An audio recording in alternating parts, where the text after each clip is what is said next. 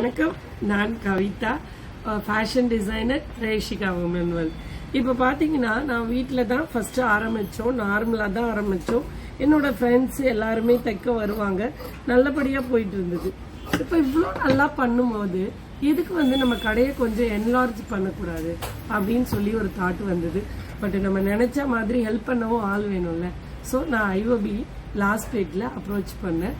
அவங்க லோன் கொடுத்தாங்க. கஸ்டமர்ஸ் எல்லாம் அதிகம் வரும்போது ஏன் நம்ம நல்லாவே இன்னுமே டெவலப் பண்ணக்கூடாது அப்படின்னு சொல்லிட்டு இங்கே பாருங்கள், இந்த ஃப்ராக் எல்லாமே நம்ம தான் பண்ணுறோம், நல்லாவே ஆர்டர்ஸ் வருது.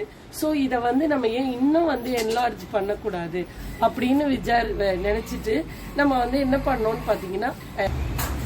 பண்ணோன்னு பார்த்தீங்கன்னா ஏர்போர்ட் ரோட்லேயே ஒரு மெயினாக ஒரு இடத்துல ஒரு கடை ஆரம்பிக்கலான்னு சொல்லி ஆரம்பிக்கணும்.